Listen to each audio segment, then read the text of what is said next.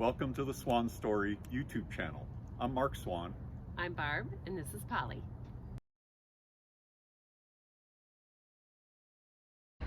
Hi, this is Mark, and we were down inside the guts of our 429. Our shower was not draining very fast. We didn't find any hair up on the drain floor itself of the shower. So we took a look under here. This happens to be where the furnace is, this big storage area.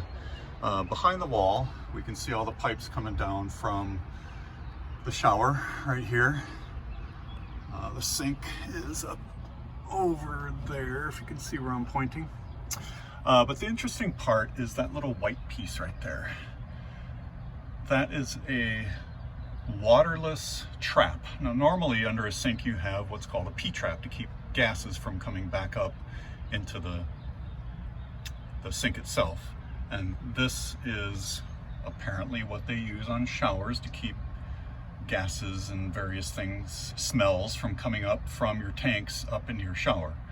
And we took that off and it was clogged with hair. Obviously it wasn't my hair that got caught in the shower. So we're just about to put it back together.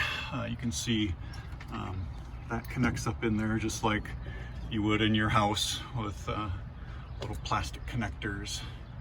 So we found our problem.